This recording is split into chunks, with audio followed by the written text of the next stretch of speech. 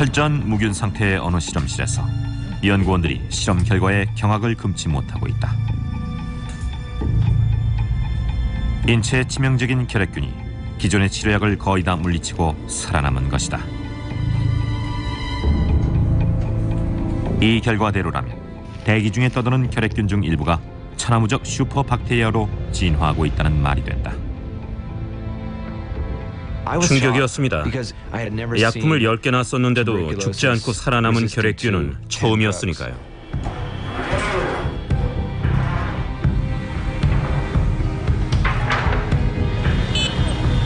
표본의 출처는 페루의 리마. 뉴욕에서 비행기로 쉽게 갈 수 있는 곳이다. 게다가 이 표본은 결핵 치료약을 복용 중인 환자들에게서 채취한 것이어서 더욱 충격이 크다. 약을 써도 잘 낫지 않는 환자들이 자꾸 늘어가길래 이거 보통 일이 아니구나 싶었습니다.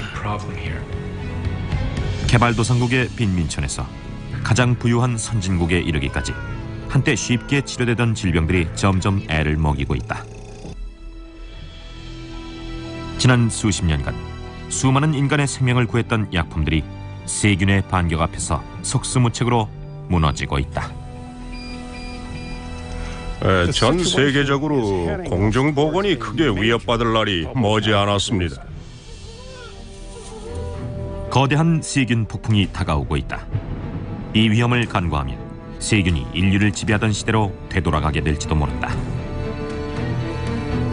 슈퍼박테리아의 출현, 인류는 과연 어떻게 대처할 것인가?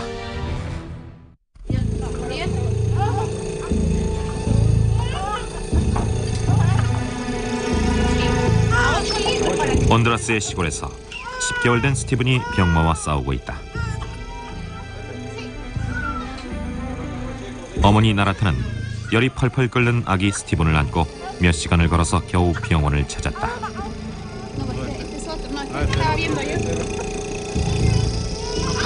스티븐의 가슴이 숨가쁘게 뛰는 것은 위험한 세균성 전염병인 폐렴 때문으로 밝혀졌다. 다행히도 폐렴은 쉽게 치료될 수 있다. 항생제를 쓰면 되지만 때를 놓치면 위험하다. 스티븐의 경우는 아슬아슬했다. 즉시 큰 병원으로 후송해 인공호흡기를 부착해야 한다.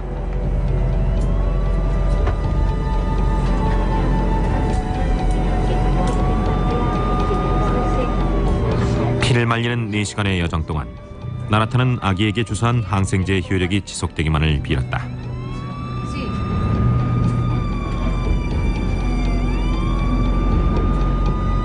구급차 안에서는 간호사가 수동 펌프로 호흡을 시켰다.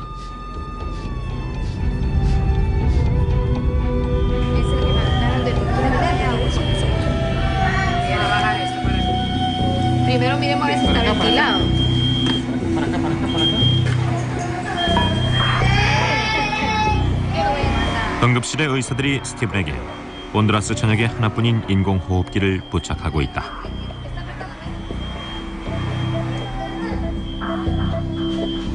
어머니는 생사의 고비를 넘나드는 아들을 그저 지켜보며 기도할 따름이다.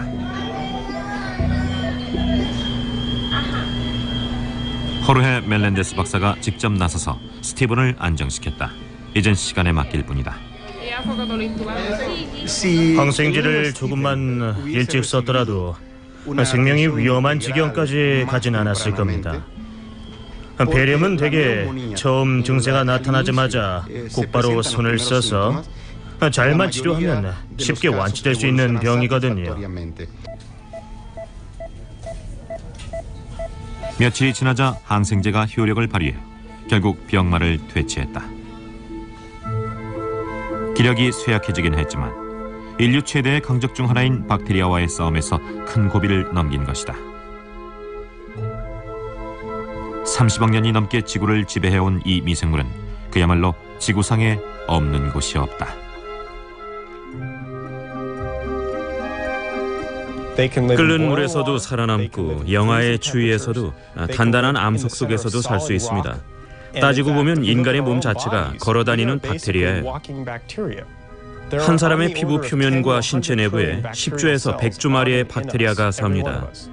사실 인간은 박테리아 없이는 살 수 없죠. 박테리아는 대부분 유익하며 일부는 호흡에 필요한 산소 생성을 돕기도 하지만 몇몇은 심각한 질환을 일으킨다. 수천 년간 인류는 이들 유해 세균의 공격을 막아낼 약이 없었다. 하지만 20세기의 서막과 더불어 미생물과의 새로운 전쟁도 막이 올랐다.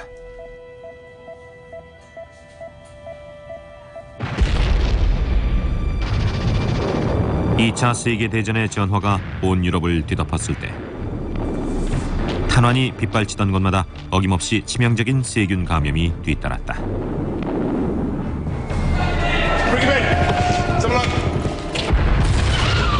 젊은 영국인 의사 알렉산더 플레밍이 프랑스의 야전 병원에서 일하면서 목격한 참상은 끔찍했다. 폭탄이나 탄환보다 찢어진 상체의 세균 감염으로 죽는 군인이 더 많았던 것이다. 군의관들은 다급한 나머지 상체를 페놀로 문질러 소독하곤 했다. 하수도 배관 청소에 쓰이는 화학 방부제였다. It is. Septic. We'll have to amputate it. Try using more carbolic acid. No, it doesn't work. It's double the strength. No, that doesn't work either. Sir, I don't think... It's an order, Fleming. 플레밍의 생각은 옳았다. 페놀 처치는 소용이 없었다. 전쟁 기간 동안 세균 감염으로 죽은 군인은 수백만 명에 달했다. 의사로서 무력감을 안고 런던으로 돌아간 플레밍은 항세균성 물질 연구에 일생을 바친다.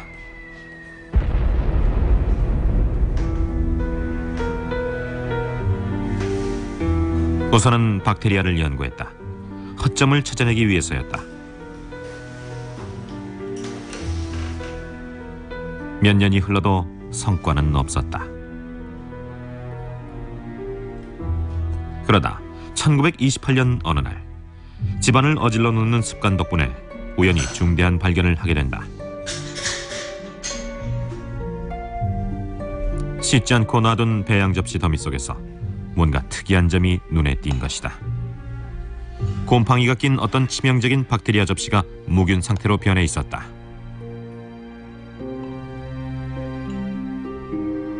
플레밍이 접시를 들여다본 순간 과학사에서 가장 위대한 발견 중 하나가 이루어진 겁니다.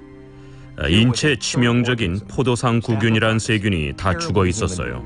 바로 곰팡이에서 나온 어떤 물질 때문이었습니다. 플레밍은 생물로 생물을 퇴치하는 이치를 깨달았습니다. 정글의 법칙이랄까, 일종의 먹이사슬 비슷한 거죠. 육안으로 보이는 생물들과 마찬가지로 곰팡이나 박테리아 같은 미생물도 서로 생존 경쟁을 벌이기 마련이다.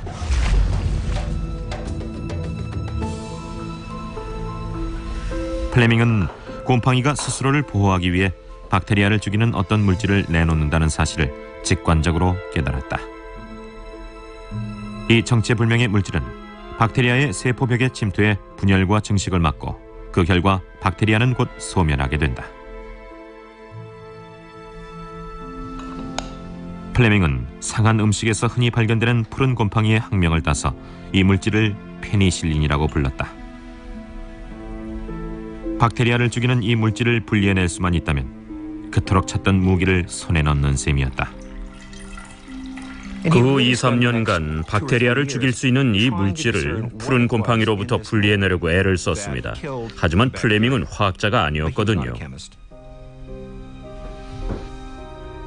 페니실린 추출에 실패한 플레밍은 결국 포기하고 만다. 하지만 잘 알려지지 않은 학술 잡지에 관련 논문을 실었고 만일을 위해 문제의 배양균을 그대로 보존했다.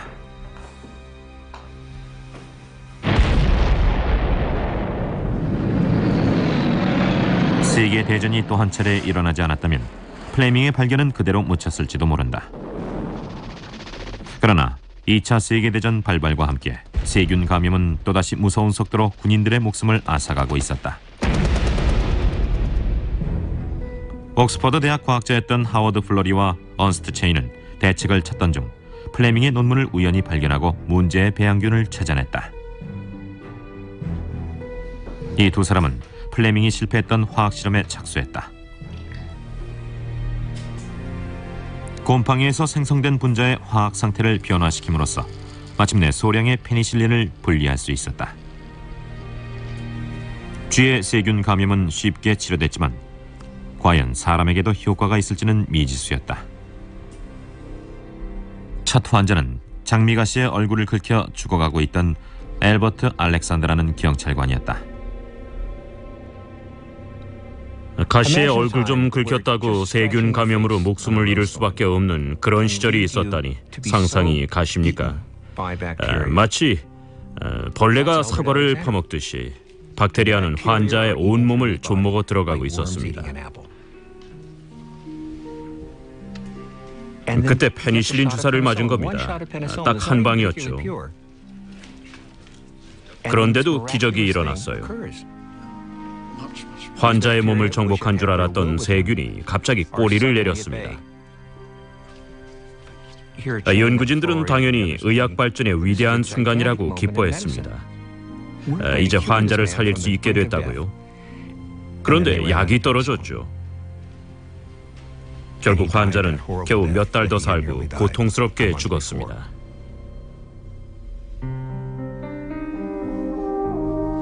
첫 환자는 놓쳤지만 연구진은 세균 감염을 막아줄 수 있는 보물처럼 소중한 약품을 찾아냈다는 걸 확신했다. 그러나 폭격으로 산업시설이 거의 파괴된 영국에서는 대량 생산이 불가능했다. 플로리는 미국 기업들에게 도움을 요청했고 미국에선 페니실린을 맥주처럼 발효시켜 대량 생산했다.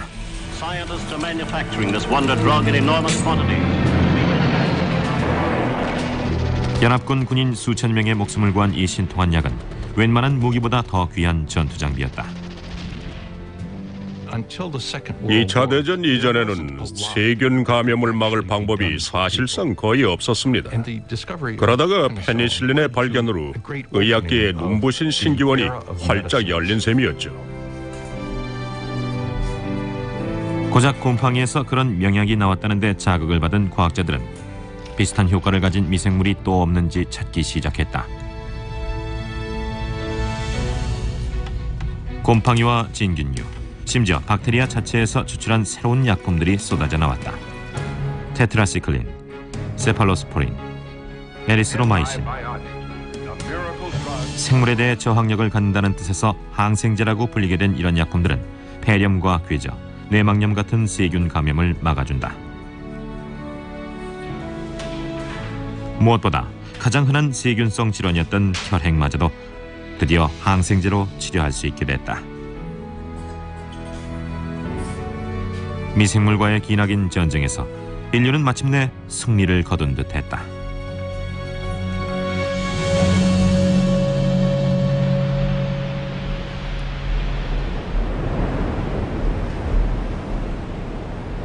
그러나 수십 년이 지난 현재 상황이 반전되기 시작했다.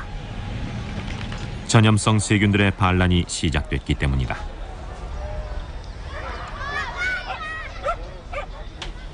페루 리마에 사는 29세 여성 라켈은 자신의 혈액이 왜 낫지 않는지 알 수가 없다.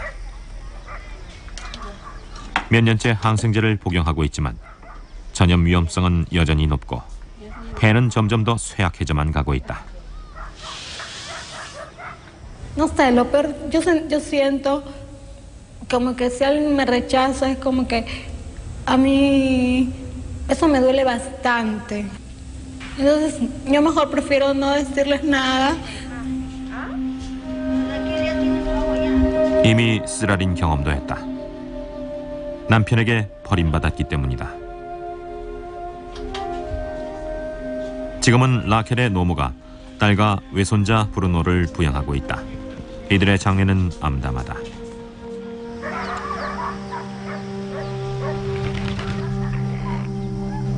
같은 동네의 훌리아 키스페도 몇 년째 혈액이 낫지 않고 있다. 검사 결과 자녀들에게도 전염됐지만 아직 발병하진 않은 것으로 확인됐다. 사실 현재 세계 인구의 3분의 1이 몸속에 혈액균을 보유하고 있다.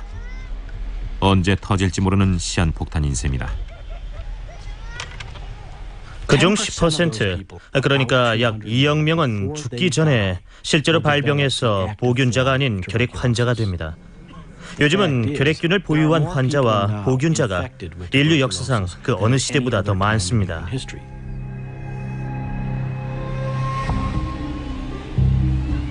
또한 수백만 명의 에이즈 보균자도 결핵 환자의 증가를 부채질하고 있다. 면역 체계가 약해진 탓에 병에 걸리기 쉽기 때문이다. 하지만 페루 같은 나라에서 결핵이 유행하는 이유는 또 있다. 주인 없는 언덕배기 땅에 판잣집들이 다닥다닥 붙어있는 달동네 판자촌 카라바요.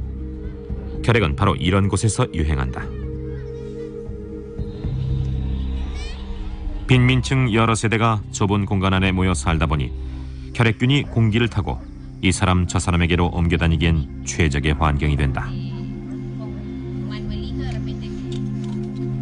병균은 끊임없이 진화하기 때문에 훌리아 같은 환자는 몇 달간 여러 종류의 약을 복용해야 한다. 또 처방에 따른 식생활이 중요하다. 약이 병균을 죽이기 시작하면 증세가 호전됐다고 느끼고 약 복용을 그만두는 사람들이 많다. 그러나 항생제에 대한 강한 내성을 가진 일부 병균들이 존재하는데 이들은 살아남아 급속히 증식해 새로운 주류를 이룬다. 따라서 그 후 다시 약을 먹기 시작해도 병균은 이미 쉽게 죽지 않는 종류로 변해 있는 것이다. 페루 정부는 결핵 환자들의 약 복용을 확실히 감독하기 위해 1991년 직접 관찰 치료법이란 프로그램을 실시하기도 했다. 환자가 항생제를 실제로 삼키는 과정을 간호사가 6개월간 매일같이 확인하면 결핵은 반드시 치료된다는 전제하에 시작된 프로그램이다. 대부분의 결핵 환자들이 이 프로그램으로 결실을 거뒀지만 예외도 있었다.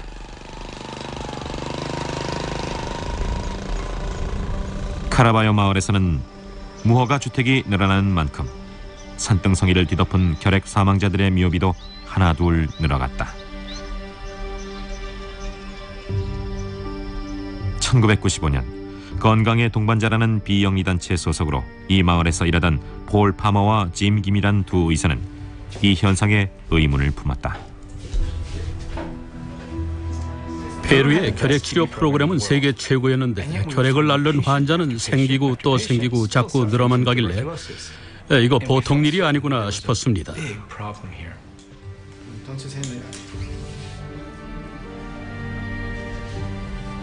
의료 기록은 기밀이기 때문에 각 환자들의 진료 기록을 역추적해 나가야 했다. 그러면서 약에 내성이 있는 것이 확실한 알짜 표시의 환자들을 출연했다. 충격이었습니다. 약에 내성이 생기는 건 보통 환자가 약을 제대로 챙겨 먹지 않기 때문입니다만 이 환자들은 지시를 잘 따른 사람들이었거든요. 그래서 조사를 시작했습니다. 그리고 현지 의사들한테 난처한 질문을 퍼부었죠. 이 환자들 약에 내성 있는 거 아닙니까? 하지만 아니다. 이 프로그램은 모든 환자를 치료할 수 있고 전혀 문제 없다. 이런 상투적인 답변만 돌아왔습니다. 두 의사는 의문을 품었지만 증명할 길은 정밀한 실험뿐이었다. 1995년 두 사람은 카라바요 환자 몇 사람의 병원체 표본을 매사추세츠 주립연구소로 보냈다. 연구원들은 경악했다. 대부분의 표본이 하나도 아니고 결핵 치료에 쓰이는 5종류의 항생제 전부에 대해 내성을 갖고 있었다. 두 의사가 의심했던 대로 문제는 환자들이 아니라 결핵 치료제에 내성을 가진 위험하고 강력한 병원체, 새로운 MDR 결핵균에 있었다.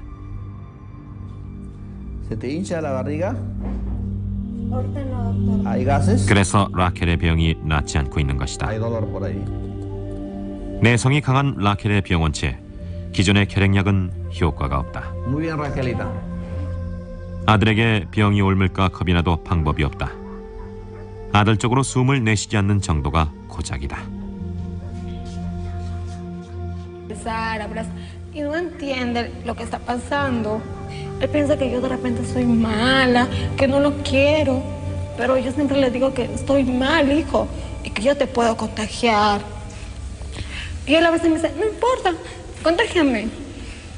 Y él no, él no se da cuenta.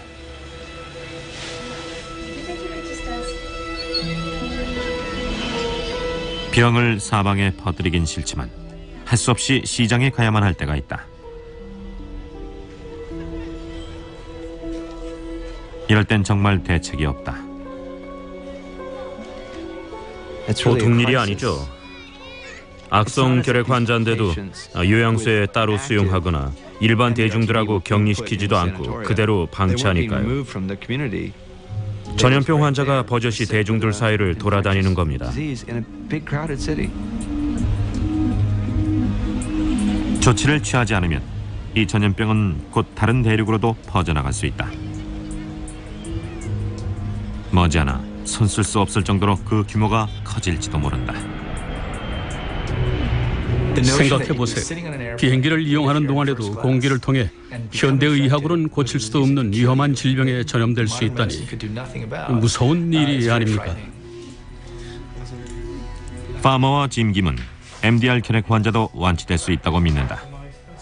하지만 새로운 약품과 좀 더 적극적인 진료를 위해서는 먼저 페루 정부를 설득해야만 한다. 정부 당국자들한테 가서 그 환자들을 치료하겠다고 했더니 처음에는 안 된다며 무조건 하지 말라는 겁니다. 환자를 치료하지 말라니 무슨 소리냐고 의아해했죠. 지시를 어기고 멋대로 치료를 하면은 입국 허가를 재검토해서 강제 출국시키겠다고 하더군요.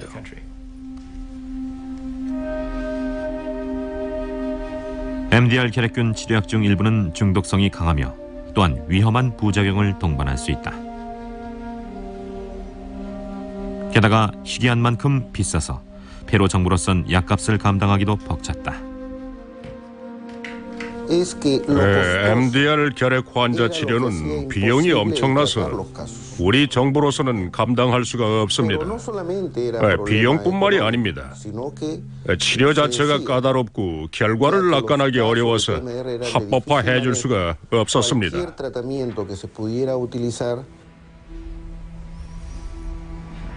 세계보건기구도 난색을 표했다. 1990년대에는 일반 결핵 환자는 치료하되 MDR 결핵 환자는 방치하는 것이 전 세계적으로 공식적인 정책이었다.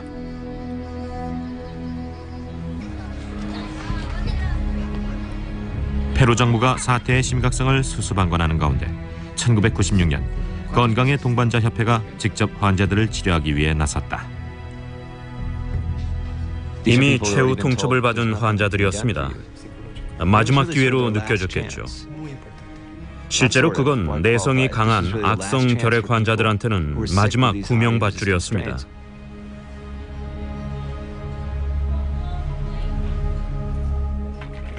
하지만 환자 한 명당 15,000달러에서 2만 달러 상당의 약품이 필요했다.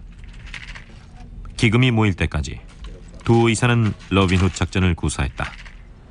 보스턴의 소속 병원에서 약품들을 가져온 것이다.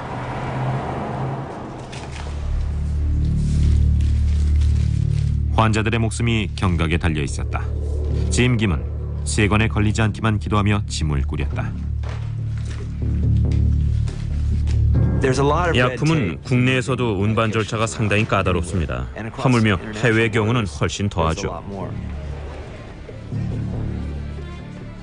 직접 들고 들어가는 게 제일 좋을 것 같았습니다.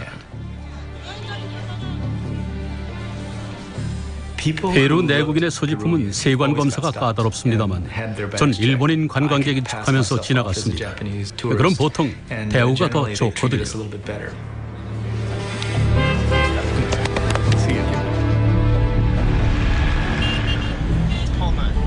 하지만 페루 내에서 약품을 유통시킬 수 있을까? 또 약효는 있을까? 위험한 도박이었다.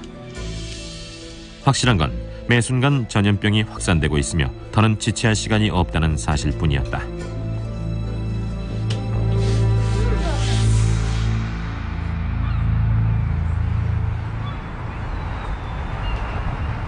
하지만 항생제에 대해 내성이 나타난 곳은 페루뿐이 아니었다.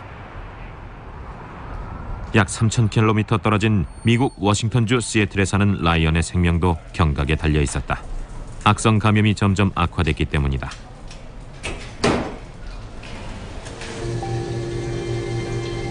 라이언은 6개월 전 신장 투석을 받는 과정에서 복부에 세균 감염이 일어났다. 여러 항생제를 복용했지만 소용이 없었다. 항생제에 내성을 보입니다.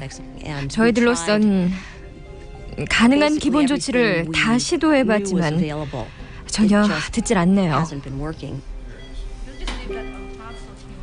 라이언은 흙 속에서 흔히 발견되는 박테리아에 감염됐다. 위험한 종류는 아니지만 이 경우는 MDR 결핵균과 같은 슈퍼 박테리아로 진화해 있었다.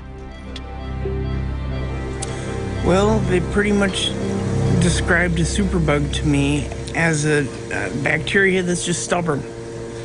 That it's resistant to a lot of different antibiotics that they have available. 박테리아가 계속 증식하기 때문에 선택의 여지가 별로 없었다. 레이커 박사는 오늘 감염 부위를 잘라내는 수술을 한다. 수술로 감염 부위를 절제하는 것은 항생제가 발견되기 전에나 쓰던 방법이다.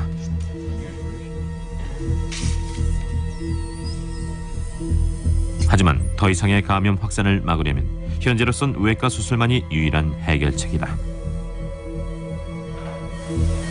자, 농양을 찾았습니다. 자, 이제 잘라냅시다. 수술이 성공해서 다행입니다. 심하게 감염된 부위는 완전히 다 드러낸 것 같습니다. 수술은 성공적인 것 같지만 세균이 하나라도 몸속에 남아있으면 다시 감염을 일으킬 수 있다. 슈워츠 박사는 라이언의 경고를 지켜보면서 실험적인 항생제 투여를 제안했다. 극히 위험한 환자에게나 쓰는 티제시클린이란 약이다. You don't know if you want to be a guinea pig. It almost gets to the point where you got to choose, take the test medicine or die. They're getting the drug ready to give you now. Do you have any other questions we didn't have a chance to talk about? I'm scared that this option won't work. That the microbacteria will win.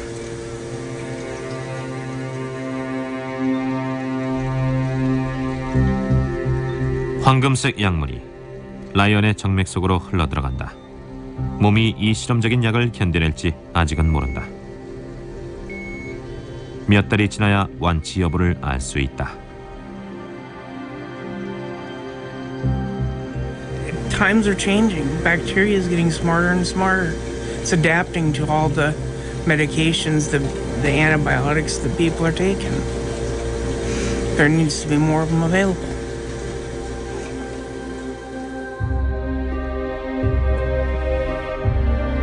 라이언의 말대로다. 항생제는 1950년대와 60년대에 집중적으로 출시된 뒤로 마치 차원이 바닥난 듯 뚝 끊겼다. 현재 미국 내에서 유통되는 수백 종의 약품 가운데 세균 감염 약제는 손에 꼽을 정도다.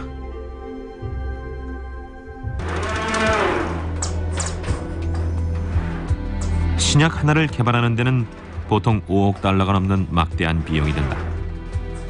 하지만 항생제는 흔히 찾는 약이 아니어서 일상적인 약품보다 수익성이 훨씬 떨어진다. 반면 콜레스테롤이나 고혈압, 우울증 치료제 등은 수익성이 높다. 이 때문에 대부분의 제약업체가 항생제 사업에서 손을 떼고 있다.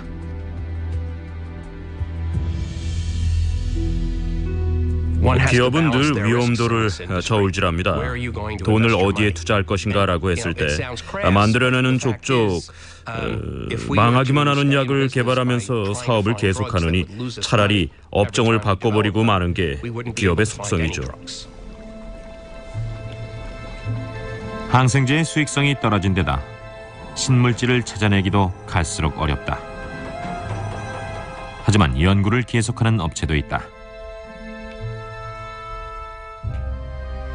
큐비스트 제약은 우리 발밑의 흙 속에 사는 미생물 중 지금까지 알아낸 종류는 1%뿐이며 나머지 99%는 모른다는 점에 주목했다. 흙은 미지의 항생제 덩어리인지도 모른다. 미생물은 환경 속의 빈틈을 비집고 들어가기 위해 항생물질을 생산해냅니다. 따라서 한 줌의 흙 속에서도 매 순간 미생물끼리의 전투가 벌어지고 있고 미지의 항생제도 만들어지고 있을 겁니다. 어쩌면 흙 한 덩어리 속에 기적의 신물질이 있을지도 모르죠. 흙 1g 속에는 우리에게 아직 알려지지 않은 미생물이 10,000종 가까이 살고 있다. 그 중에서 새로운 항생제 개발에 도움을 줄 미생물을 어떻게 찾아낼 것인가? 이 업체의 발상은 놀라웠다. 대장에서 흔히 발견되는 대장균을 강화시켜 시판되는 모든 항생제에 대해 내성을 키운다.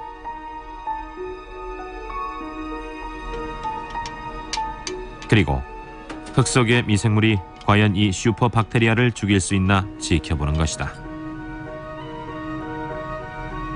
매일 대장균이 포함된 액체를 미생물 배양 접시에 조금씩 쏟아붓는다. 액체가 퍼지면서 접시 위에선 생존을 위한 전투가 시작된다. 그 후 며칠이 지나 흙 알갱이에서 투명한 부분이 번져나가면 강화된 슈퍼 대장균이 마침내 임자를 만났다는 표시다. 이 특수 대장균을 죽일 수 있는 항생물질을 생산하는 미생물이 발견된다면 획기적인 거죠. 슈퍼 대장균을 죽일 정도면 충분히 새로운 기적의 항생제가 될 만하니까요.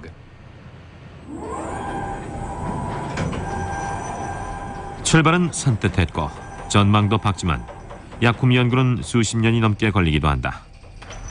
5,000개의 화합물을 시험해야 겨우 약품 1개가 나올까 말까 할 정도다. 신약 연구는 99%가 실패합니다. 실패의 연속이죠. 실험실 연구에 한계 탓도 있습니다. 실험실에선 바카 추출물이 에이즈 바이러스를 죽이기도 하지만 실험 결과를 인체에 적용할 경우엔 온갖 복잡한 조건 때문에 상황이 달라지거든요. 한편 환자들은 그동안 점점 더 위험에 다가가고 있다. 병원은 최전선의 전투 현장입니다.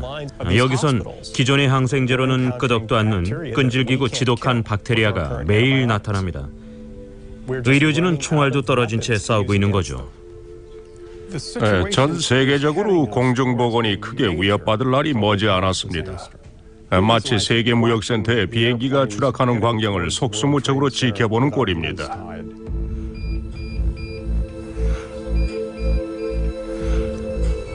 가장 위험한 세균은 아마 흔한 포도상 구균일 것이다.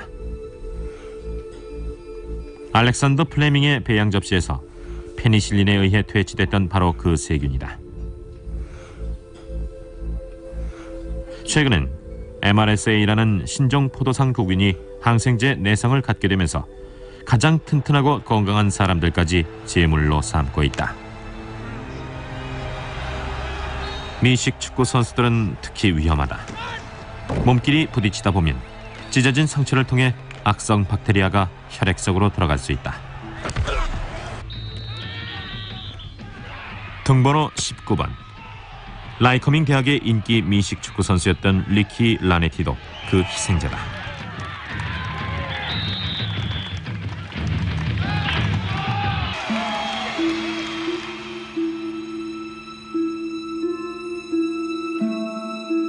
처음엔 배탈인 줄 알았대요. 그냥 자기 생각이었죠. 아니면 독감이려니 했습니다. 근데 상태를 보고 기절할 뻔했어요. 애가 걷질 못하는 거예요. 오전 7시 반. 리키는 윌리엄스버트 병원에 입원했다. 서둘러 집중 치료를 받으면서도 환자는 상황의 심각성을 깨닫지 못했다. 리키는 우선 혈압을 안정시키기 위해 대량의 약물 주사를 맞아야 했다. 종합 검진을 했지만 전혀 원인을 알 수 없었다. 혹시나 감염일 경우 하나라도 효과가 있을까 해서 다양한 항생제를 투여해보았다. 그의 몸을 공격하는 병마가 뭔지 아직은 모르겠지만 최선을 다하겠다더군요. 전 코웃음을 쳤습니다. 내 아들 리키가 눈에 보이지도 않는 벌레 따위에 죽다니 어림없는 소리라고요. 심장 전문의, 중환자 전문의, 신장 전문의, 폐 전문의, 모든 전문의들이 결국 두 손을 들었습니다. 도저히 손을 쓸 수가 없다고요. 신장 기능이 멈추고 간 기능도 멈추고 순환이 멎기 시작했습니다. 마치 손안의 모래가 시시각각 손가락 사이로 빠져나가는 기분이었습니다. 그의 시즌 9번째 경기를 승리로 이끈 지 일주일 만에 리키는 숨을 거뒀다. 문제의 병원체는 이미 여러 운동선수들을 쓰러뜨린 바로 그 MRSA 포도상 구균이었다. 이 균에 효과가 있는 항생제도 한 차례 투여했지만 이미 증세가 너무 악화돼 약효를 보지 못한 것이다.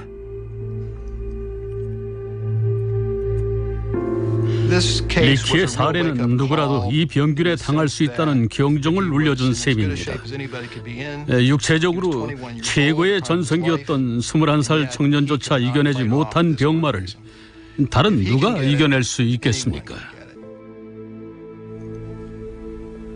이 슈퍼박테리아를 막을 항생제가 있긴 하지만 이 약도 벌써 내성이 나타나기 시작했다. 새로운 항생제가 계속 연구 개발되려면 먼저 경제적인 장애 요인들부터 없애야 합니다. 신약 개발은 직접적으로 인명을 구할 수 있는 길입니다.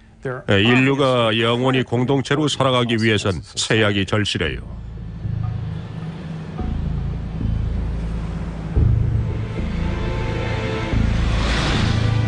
새로운 항생제 개발이 절실히 요구되기는 페루도 마찬가지다. 병은 자꾸 확산되는데도 지난 30년간 새로 개발된 혈액 치료제는 하나도 없다.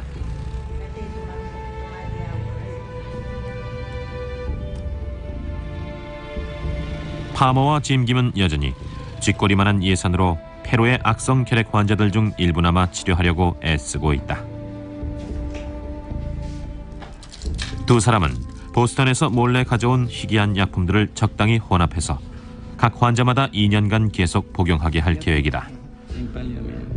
하지만 결과는 알 수 없다.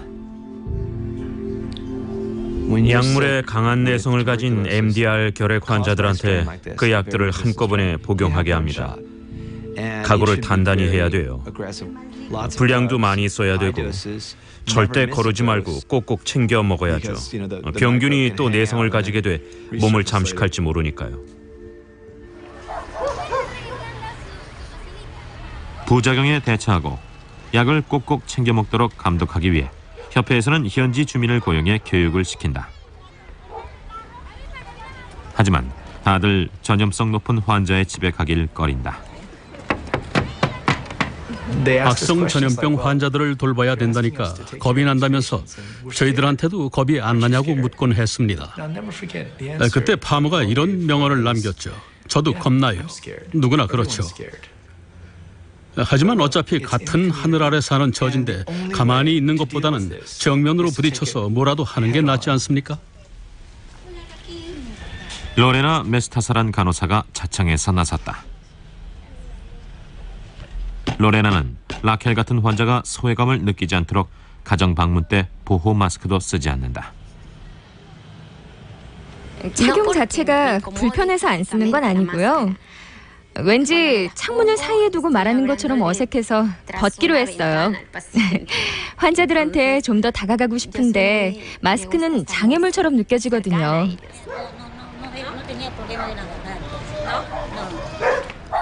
로레나는 환자의 신뢰를 얻는 걸 중요하게 여긴다. 부작용이 심한 독한 약을 먹으라고 설득해야 하기 때문이다. 안토니오는 다루기 힘든 환자 중 한 명이다. 스스로 돈을 벌어가며 공부하느라 고생하던 중에 병이 났다. 21살인데도 몸무게는 겨우 30kg이다.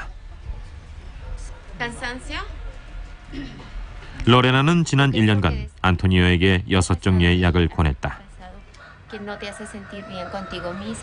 otro organismo. Y es peor aún. Es peor aún. Y el Señor hace milagros a través de otras personas. 안토니오는 약의 부작용 때문에 복통 증세를 자주 호소해요. 또 메스꺼움이나 피로감, 우울증, 관절염 증세도 있고요. 이름도 생소한 약을 생소하기 짝이 없는 방식으로 처방하다 보니 처음 몇 달간 적응하기가 제일 힘들었습니다. 병세가 호전되는 환자들이 나오는 한편 부작용도 나타났거든요.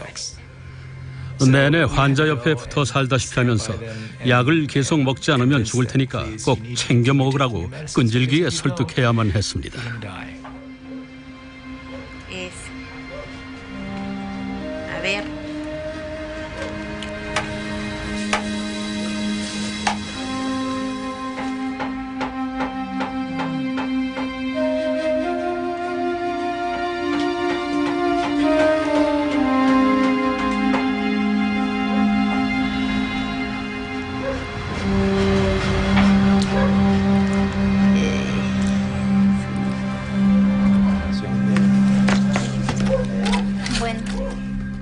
환자들에게 지시를 따르라고 고안하면서도 2년간의 실험이 효과가 있을지는 건강의 동반자 협회에서도 알 수 없었다.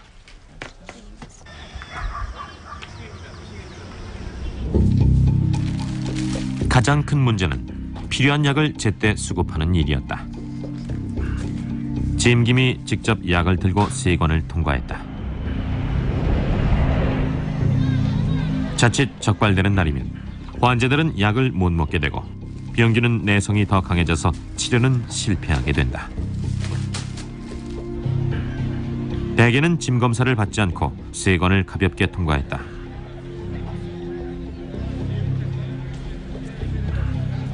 그러나 한 번은 예외였다. 조마조마한 심정으로 가방을 열었죠. 약을 쳐다보길래 하버드 의학대학원의 기증품이라는 서류를 보여줬습니다. 조금이라도 의심을 사면은 일단 다 뺏어가고 볼 테니까요.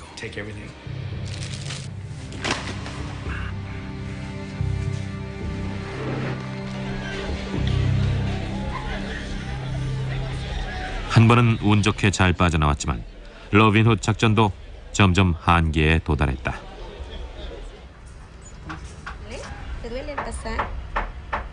새로운 방법으로 약을 들여올 때가 된 것이다. 하지만 정말 약효가 있었는지 먼저 정밀 검사부터 해봐야 한다. 라켈의 병세는 차도가 없었다. 새 약을 썼는데도 엑스레이 검사 결과 뱃속의 혈액균은 여전하다. No hay mejoría en mí. No sé qué se debe, se ha vuelto muy resistente. No estoy tomando las pastillas porque prácticamente no me están haciendo efecto. Medicinas ahora me irán a dar. ¿Otro? Eso es. 라켈의 혈액균은 사실상 모든 혈액약에 대해 내성을 가진 것으로 판명됐다. 하지만 이런 경우는 극소수였다. 안토니오는 전염성이 없어졌다고 나왔다. 몇 달만 더 참고 항생제를 복용하면 완치될 수 있을 것이다. 훌리아 역시 혈액과의 오랜 싸움에서 해방됐다. 긍정적인 결과들이 계속 쏟아져 나왔다. 건강과 동반자의 엄청난 도박이 성공한 것이다. 완치가 불가능하다던 환자들 중에서 85%가 치료됐다. 아무도 확신하지 못했던 성공이었다. 재단과 기업에선 합법적으로 약품을 무상 제공하기 시작했다. 이 극적인 성공으로 전 세계적인 변화가 일어났다. 세계보건기구는 MDR 결핵 환자를 전처럼 그냥 방치하지 않고 페루 사례를 모델로 치료를 권장하게 됐다. 안타까운 점은 세계적으로 관련 기금이 부족하다는 것이다. 50만 명으로 추산되는 악성 결핵 환자들 중 제대로 치료를 받은 경우는 극히 일부에 불과하다. 결국 병은 계속 확산되고 있는 것이다. MDR균에 의한 결핵은 아주 무섭고 위험하며 광범위하게 확산되는 질병입니다. 따라서 전 인류가 공조 체계를 통해 대처하고 부유한 나라들이 빈곤한 나라를 도와주지 않으면 다 같이 죽을지도 모릅니다. 짐 김은 병균에 대한 신속한 대처와 경제적인 손익에 대해 언급한다. 지금 당장 노력과 비용을 아끼려고 들면 나중에 훨씬 더 많은 돈이 들어가게 될 겁니다. 결핵뿐 아니라 모든 전염병이 그렇다. MDR 악성 결핵은 항생제 내성 가운데 빙산의 일각에 불과합니다. 결핵 외에도 말라리아나 에이즈, 또 죽음에까지 이르는 세균 감염 등 더 무서운 병들이 많죠. 항생제 내성은 이미 아주 심각한 문제입니다. 특정 질병의 특효였던 항생제들이 다 약효를 잃을 날이 오기 전에 대책을 강구해야죠.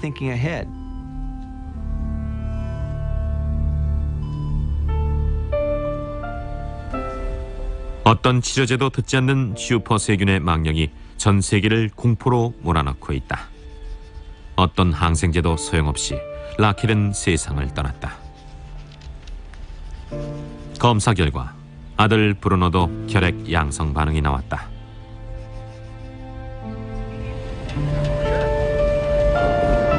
반면 시애틀의 라이언은 운이 좋았다. 실험적인 약이 박테리아를 퇴치했던 것이다. 최근 시장에 새로 나온 항생제 중 유일한 치료제였다. 하지만 앞으로는 라이언을 살려낸 이런 귀한 행운도 점점 더 드물어질 것이다. We're just heading right back into the past with lack of antibiotics. And it's very scary to think about it, that up to 10, 20 years from now, we may not have the tools to fight these infections. Then what?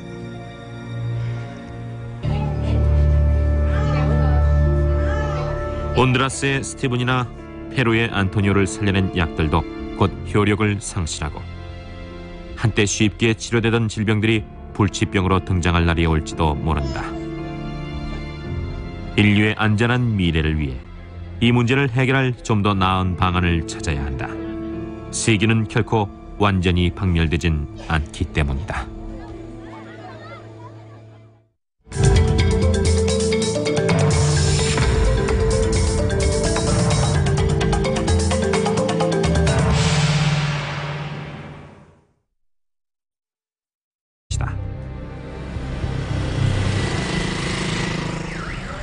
페루 정부는 결핵 환자들의 약 복용을 확실히 감독하기 위해 1991년 직접 관찰 치료법이란 프로그램을 실시하기도 했다. 환자가 항생제를 실제로 삼키는 과정을 간호사가 6개월간 매일같이 확인하면 결핵은 반드시 치료된다는 전제하에 시작된 프로그램이다. 대부분의 결핵 환자들이 이 프로그램으로 결실을 거뒀지만 예외도 있었다.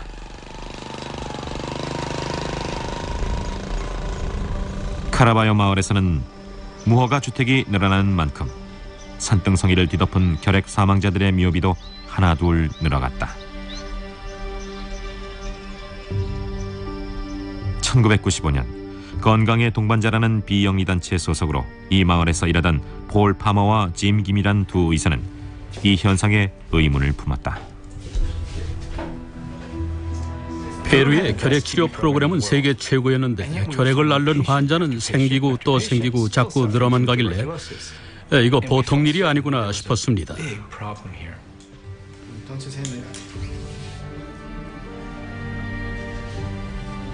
의료 기록은 기밀이기 때문에 각 환자들의 진료 기록을 역추적해 나가야 했다. 그러면서 약에 내성이 있는 것이 확실한 R자 표시의 환자들을 줄여냈다. 충격이었습니다. 약에 내성이 생기는 건 보통 환자가 약을 제대로 챙겨 먹지 않기 때문입니다만 이 환자들은 지시를 잘 따른 사람들이었거든요. 그래서 조사를 시작했습니다. 그리고 현지 의사들한테 난처한 질문을 퍼부었죠. 이 환자들 약에 내성 있는 거 아닙니까? 하지만 아니다. 이 프로그램은 모든 환자를 치료할 수 있고 전혀 문제 없다. 이런 상투적인 답변만 돌아왔습니다. 두 의사는 의문을 품었지만 증명할 길은 정밀한 실험뿐이었다. 1995년 두 사람은 카라바요 환자 몇 사람의 병원체 표본을 매사추세츠 주립연구소로 보냈다. 연구원들은 경악했다. 대부분의 표본이 하나도 아니고 혈액치료에 쓰이는 5종류의 항생제 전부에 대해 내성을 갖고 있었다. 두 의사가 의심했던 대로 문제는 환자들이 아니라 혈액치료제의 내성을 가진 위험하고 강력한 병원체, 새로운 MDR 혈액균에 있었다.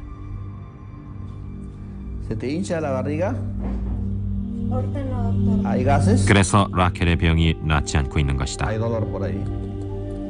내성이 강한 라켈의 병원체, 기존의 혈액약은 효과가 없다. 아들에게 병이 옮을까 겁이 나도 방법이 없다. 아들 쪽으로 숨을 내쉬지 않는 정도가 고작이다. Y no entiende lo que está pasando. Él piensa que yo de repente soy mala, que no lo quiero. Pero yo siempre le digo que estoy mal, hijo, y que yo te puedo contagiar. Y él a veces me dice, no importa, contágiame. Y él no, él no se da cuenta.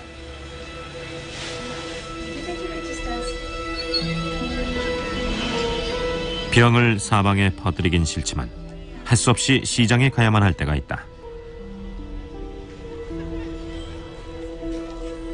이럴 땐 정말 대책이 없다.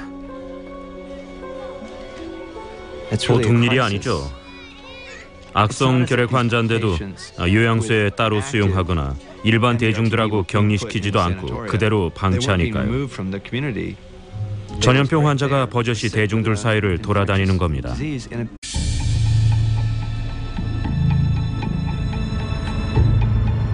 철저한 무균 상태의 어느 실험실에서 연구원들이 실험 결과에 경악을 금치 못하고 있다. 인체에 치명적인 혈액균이 기존의 치료약을 거의 다 물리치고 살아남은 것이다. 이 결과대로라면 대기 중에 떠도는 혈액균 중 일부가 천하무적 슈퍼박테리아로 진화하고 있다는 말이 된다. 충격이었습니다. 약품을 10개나 썼는데도 죽지 않고 살아남은 혈액균은 처음이었으니까요.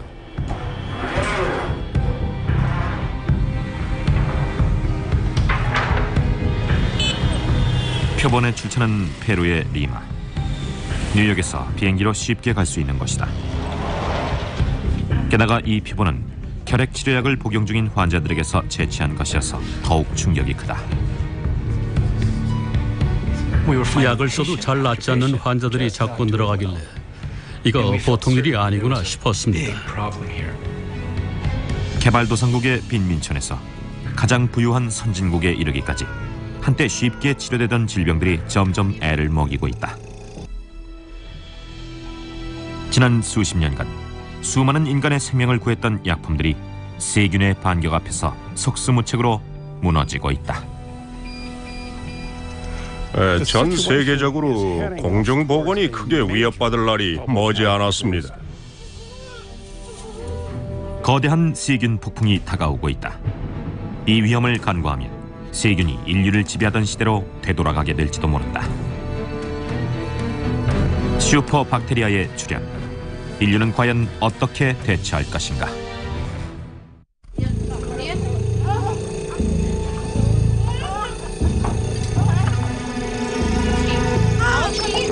온두라스의 시골에서 10개월 된 스티븐이 병마와 싸우고 있다. 어머니 나라타는 열이 펄펄 끓는 아기 스티븐을 안고 몇 시간을 걸어서 겨우 병원을 찾았다.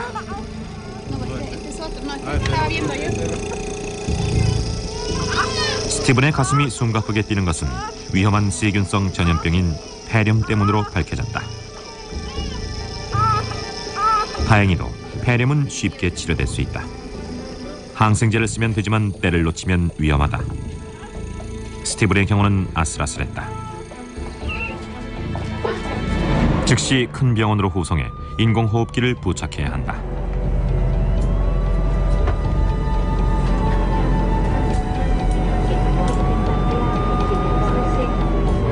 피를 말리는 4시간의 여정 동안 나라타는 아기에게 주사한 항생제의 효력이 지속되기만을 빌었다.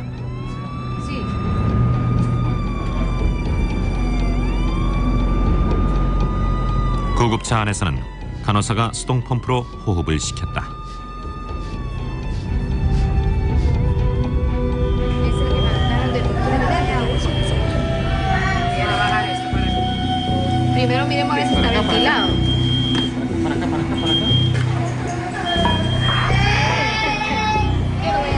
응급실의 의사들이 스티븐에게 온두라스 전역에 하나뿐인 인공호흡기를 부착하고 있다.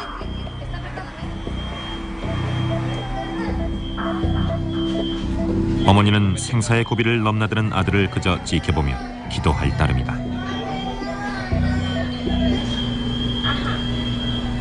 호르헤 멜렌데스 박사가 직접 나서서 스티븐을 안정시켰다. 이젠 시간에 맡길 뿐이다. 항생제를 조금만 일찍 썼더라도 생명이 위험한 지경까지 가진 않았을 겁니다.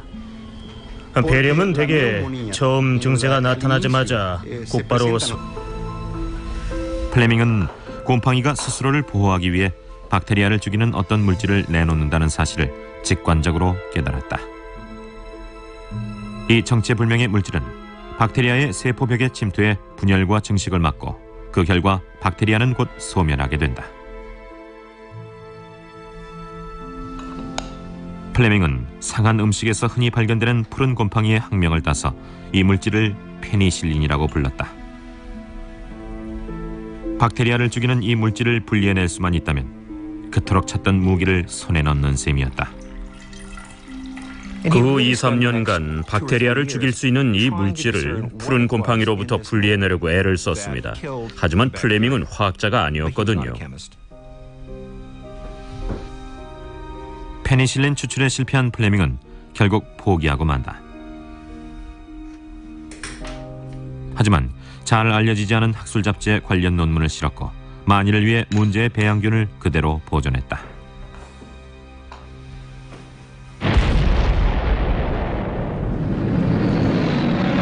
세계 대전이 또 한 차례 일어나지 않았다면 플레밍의 발견은 그대로 묻혔을지도 모른다. 그러나 2차 세계대전 발발과 함께 세균 감염은 또다시 무서운 속도로 군인들의 목숨을 앗아가고 있었다. 옥스퍼드 대학 과학자였던 하워드 플러리와 언스트 체인은 대책을 찾던 중 플레밍의 논문을 우연히 발견하고 문제의 배양균을 찾아냈다. 이 두 사람은 플레밍이 실패했던 화학실험에 착수했다. 곰팡이에서 생성된 분자의 화학 상태를 변화시킴으로써 마침내 소량의 페니실린을 분리할 수 있었다. 쥐의 세균 감염은 쉽게 치료됐지만 과연 사람에게도 효과가 있을지는 미지수였다. 첫 환자는 장미가시의 얼굴을 긁혀 죽어가고 있던 엘버트 알렉산더라는 경찰관이었다. 가시의 얼굴 좀 긁혔다고 세균 감염으로 목숨을 잃을 수밖에 없는 그런 시절이 있었다니 상상이 가십니까? 마치 벌레가 사과를 파먹듯이 박테리아는 환자의 온몸을 좀먹어 들어가고 있었습니다. 그때 페니실린 주사를 맞은 겁니다. 딱 한 방이었죠. 그런데도 기적이 일어났어요. 환자의 몸을 정복한 줄 알았던 세균이 갑자기 꼬리를 내렸습니다. 연구진들은 당연히 의학 발전의 위대한 순간이라고 기뻐했습니다. 이제 환자를 살릴 수 있게 됐다고요. 그런데 약이 떨어졌죠. 결국 환자는 겨우 몇 달 더 살고 고통스럽게 죽었습니다.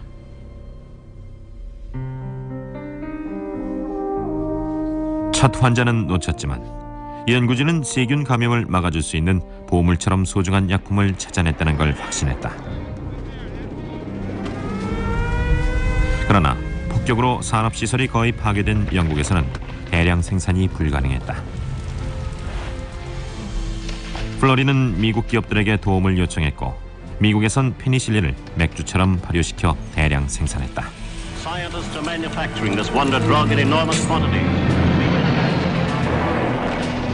연합군 군인 수천 명의 목숨을 구한 이 신통한 약은 웬만한 무기보다 더 귀한 전투장비였다. 2차 대전 이전에는 세균 감염을 막을 방법이 사실상 거의 없었습니다. 그러다가 페니실린의 발견으로 의학계의 눈부신 신기원이 활짝 열린 셈이었죠. 고작 곰팡이에서 그런 명약이 나왔다는데 자극을 받은 과학자들은 비슷한 효과를 가진 미생물이 또 없는지 찾기 시작했다. 곰팡이와 진균류, 심지어 박테리아 자체에서 추출한 새로운 약품들이 쏟아져 나왔다. 테트라시클린, 세팔로스포린, 에리스로마이신. 생물에 대해 저항력을 갖는다는 뜻에서 항생제라고 불리게 된 이런 약품들은 폐렴과 궤저, 뇌막염 같은 세균 감염을 막아준다. 무엇보다 가장 흔한 세균성 질환이었던 혈핵마저도 드디어 항생제로 치료할 수 있게 됐다. 미생물과의 기나긴 전쟁에서 인류는 마침내 승리를 거둔 듯했다.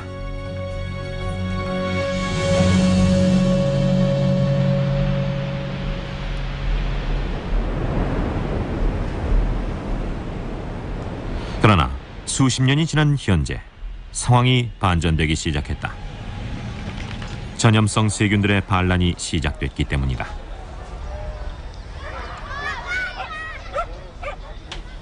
페루 리마에 사는 29세 여성 라켈은 자신의 혈액이 왜 낫지 않는지 알 수가 없다.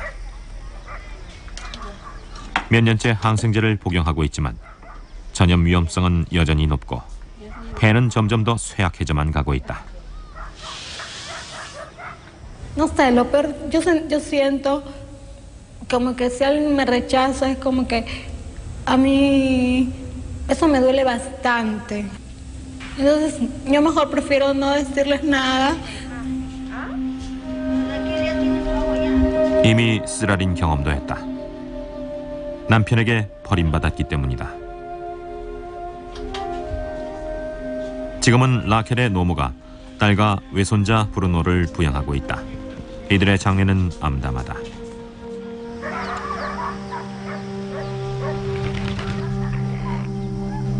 같은 동네의 훌리아 키스페도 몇 년째 혈액이 낫지 않고 있다. 검사 결과 자녀들에게도 전염됐지만 아직 발병하진 않은 것으로 확인됐다. 사실 현재 세계 인구의 3분의 1이 몸속에 혈액균을 보유하고 있다. 언제 터질지 모르는 시한폭탄인 셈이다. 그중 10%, 그러니까 약 2억 명은 죽기 전에 실제로 발병해서 보균자가 아닌 결핵 환자가 됩니다. 요즘은 결핵균을 보유한 환자와 보균자가 인류 역사상 그 어느 시대보다 더 많습니다.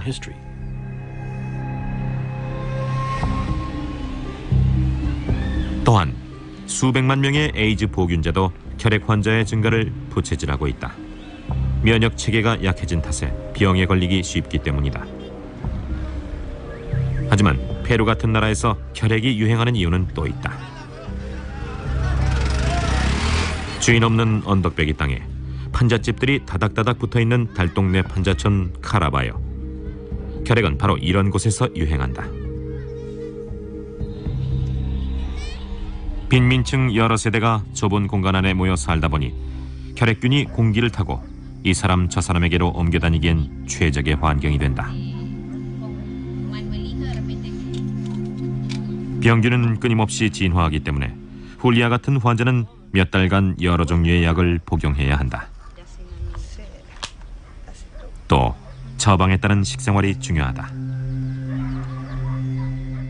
약이 병균을 죽이기 시작하면 증세가 호전됐다고 느끼고 약 복용을 그만두는 사람들이 많다. 그러나 항생제에 대한 강한 내성을 가진 일부 병균들이 존재하는데 이들은 살아남아 급속히 증식해 새로운 주류를 이룬다.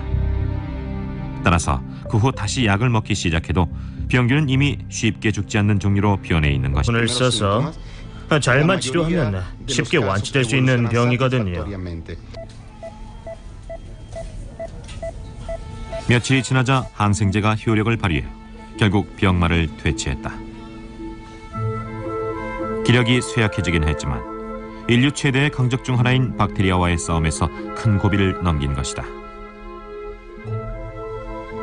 30억 년이 넘게 지구를 지배해온 이 미생물은 그야말로 지구상에 없는 곳이 없다. 끓는 물에서도 살아남고 영하의 추위에서도 단단한 암석 속에서도 살 수 있습니다. 따지고 보면 인간의 몸 자체가 걸어다니는 박테리아예요. 한 사람의 피부 표면과 신체 내부에 10조에서 100조 마리의 박테리아가 삽니다. 사실 인간은 박테리아 없이는 살 수 없죠. 박테리아는 대부분 유익하며 일부는 호흡에 필요한 산소 생성을 돕기도 하지만 몇몇은 심각한 질환을 일으킨다. 수천 년간 인류는 이들 유해 세균의 공격을 막아낼 약이 없었다. 하지만 20세기의 서막과 더불어 미생물과의 새로운 전쟁도 막이 올랐다.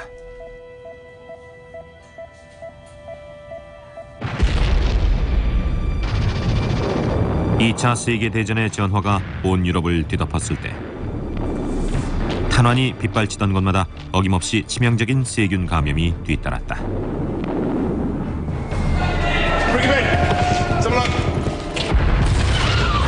젊은 영국인 의사 알렉산더 플레밍이 프랑스의 야전 병원에서 일하면서 목격한 참상은 끔찍했다. 폭탄이나 탄환보다 찢어진 상체의 세균 감염으로 죽는 군인이 더 많았던 것이다. 군의관들은 다급한 나머지 상체를 페놀로 문질러 소독하곤 했다. 하수도 배관 청소에 쓰이는 화학 방부제였다. Any ideas? Septic. We'll have to amputate it. Try using more carbolic acid. No, it doesn't work. It's double the strength. That doesn't work either. Sir, I don't think... It's an order, Fleming. 플레밍의 생각은 옳았다. 페놀 처치는 소용이 없었다. 전쟁 기간 동안 세균 감염으로 죽은 군인은 수백만 명에 달했다. 의사로서 무력감을 안고 런던으로 돌아간 플레밍은 항세균성 물질 연구에 일생을 바친다.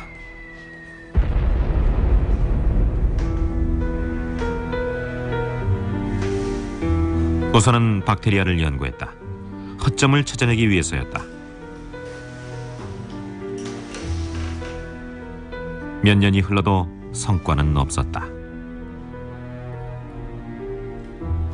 그러다 1928년 어느 날 집안을 어질러 놓는 습관 덕분에 우연히 중대한 발견을 하게 된다. 씻지 않고 놔둔 배양 접시 더미 속에서 뭔가 특이한 점이 눈에 띈 것이다. 곰팡이가 낀 어떤 치명적인 박테리아 접시가 무균 상태로 변해 있었다. 플레밍이 접시를 들여다본 순간 과학사에서 가장 위대한 발견 중 하나가 이루어진 겁니다. 인체 치명적인 포도상 구균이란 세균이 다 죽어 있었어요. 바로 곰팡이에서 나온 어떤 물질 때문이었습니다. 플레밍은 생물로 생물을 퇴치하는 이치를 깨달았습니다. 정글의 법칙이랄까, 일종의 먹이사슬 비슷한 거죠. 육안으로 보이는 생물들과 마찬가지로 곰팡이나 박테리아 같은 미생물도 서로 생존 경쟁을 벌이기 마련이다.